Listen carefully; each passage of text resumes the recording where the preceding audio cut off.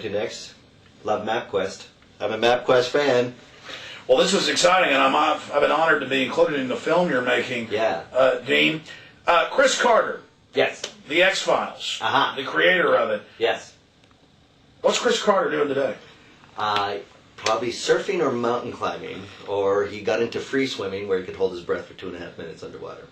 But he's also writing, and I probably could say it, we're maybe working on a second X-Files movie.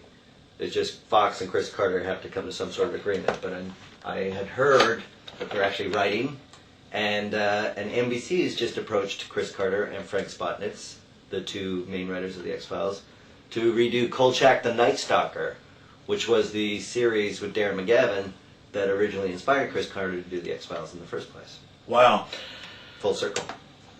Now, the Lone Gunmen ran in 2001. That's right. 2000. It was a mid-season replacement, so 2001. We shot in 2000. January 2001 we started airing. When did you shoot the episode with the government secretly hijacking a jet by remote control to fly in the World Trade Center? Yeah, that we shot in March of 2000. So that's almost a full 9 months before it actually happens. Am I counting that right? On the morning of September 11th, 2001, you see a plot from the TV show you were in, to some extent, coming true. What did you think on September 11th? I didn't even put it together till I got a call from one of the writers going, "Are you watching this?" And by that time, the personal note, my pipes went in my sink in my house, and I had to go to Home Depot. So I wasn't really watching what was going on. I was concerned about a plumbing issue. So I didn't really follow it. I just heard, something's crazy happening, and I'm supposed to fly to a comedy club because I do stand-up comedy as well. And so I was just trying to get the sink fixed before I had to get to the airport to go fly out of there. So I didn't even know the planes were grounded or anything like that. So then finally when I get the sink fixed, and then I sort of realized, wait a sec, I'm not flying anywhere. Then the phone rings, and then it's one of the writers going, "Are you watching this?" Then it all comes together. What did he say? Who was the writer? It was Vince Gilligan. He called and he said, "Are you watching this?" And I go, "Yeah." "It's weird. Why are you calling?" He goes, "Because the show." And then it took me a while to go, "Oh yeah, the pilot. Good God, it's exactly what they wrote." And they were really freaked out about it, the writers. But then I saw in articles where they were interviewed about it. Who particularly wrote that episode? I think Vince Gilligan was the head writer on that one. And who else was involved? And then it was Frank Spotnitz, John Scheiben, and then Chris Carter did a rewrite on that as well. So you've got these three writers involved, the principal writer being Gilligan, and then 9/11 happens, and I saw him quoted saying, "Yeah, we thought it'd be a big deal, but it really wasn't a big deal. Nobody seemed to really even talk about it in the story I read." I certainly paid attention. I mean, right. Tell us in a nutshell what happened in that episode. There is a government plot where they take a computer and basically override all the pilot's control systems, and by remote control are going to fly it into the World Trade Center in the series to start a worldwide war on terrorists. That was part of the plot. Third world countries, third world tin-horn dictators begging to take responsibility and be smart-bombed. That's right. Because the war's over. The war's over. And we need a new enemy to keep the economy going. The Cold War is over, John. That's right. Oh, you do. Wow, Alex, you did watch the show. That's very good. No, I made a big deal out of it. There's two ways to look at this. Either one of the writers had an inside track and had somebody inside the globalist system plant this story with him, and he inadvertently read it, and he inadvertently wrote it, or the writer simply picked up on what was all over the news for 4 years before it was written in 2000. Because I was on the radio in 1996, every few months, CNN, AP, there's a plan to hijack jets and fly them in the World Trade Center.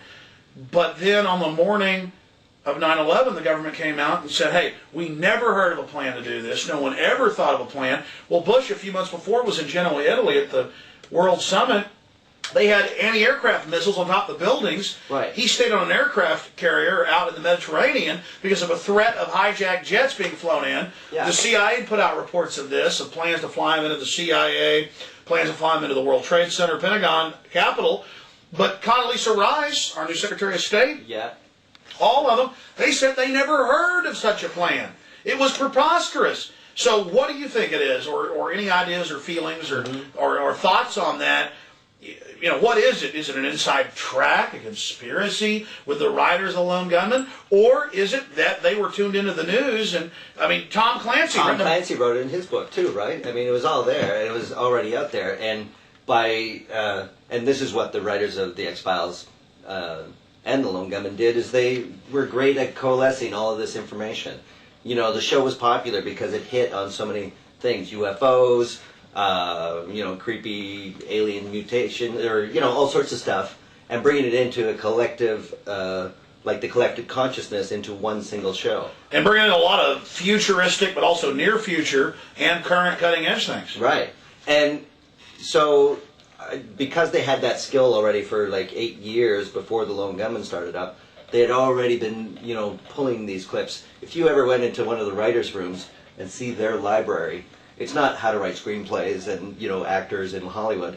It's, Mithra, early Mithra religions and 12 kooky things to do at night. They had like such an eclectic library mix. They were so well read that was what they fueled themselves to write these episodes. So clearly, I think that they were just picking up on what was already out there, the APY stories and the Tom Clancy. But Condoleezza Rice says that no one had ever thought of such a... Condoleezza Rice is not a writer, also. Let me ask you a question. What did you think of watching this intelligence chief who's advising the president? We now know there were memos that said Bin Laden is dedicated to attack, probably with jets in the buildings. I mean, they knew. They were lying. They knew. And if you read Michael Rupert's Crossing the Rubicon, have you read that book? Yeah. Yeah, with the timeline in there. Clearly, it's, We actually broke that. Oh, did you? My sources, 3 years ago, there was a NORAD stand-down order. Yeah. Because there was a drill. Going on with at 16s at 8:30 in the morning. Yeah.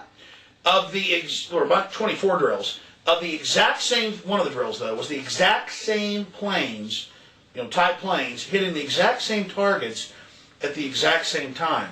And so NORAD then stood down because NORAD was being told this is a drill. And they have air traffic controllers going on tape. Is this part of the drill?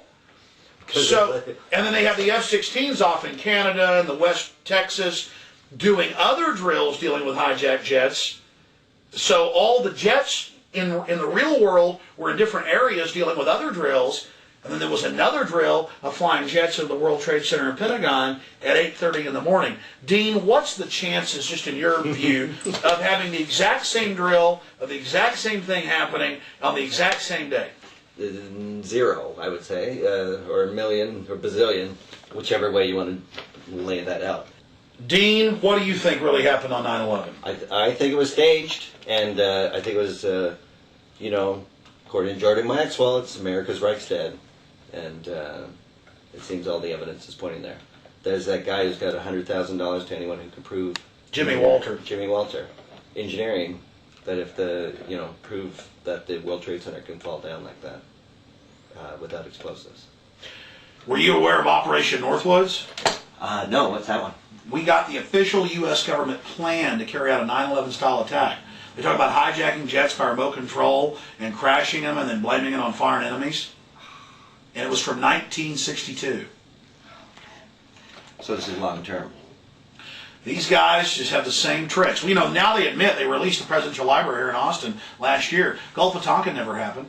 I mean, everybody already knew that, but it's LBJ admitting that our ships were never attacked. Right. So they just said we got attacked, and then 58,000 Americans died, over 1 million Vietnamese. Man. So, and this again brings it to what the Lone Gunmen was about, that this was the three of us in a little office trying to put this information out there, saying that this is happening, and sort of, a Don Quixote tilting at windmills kind of thing. Would people listen to your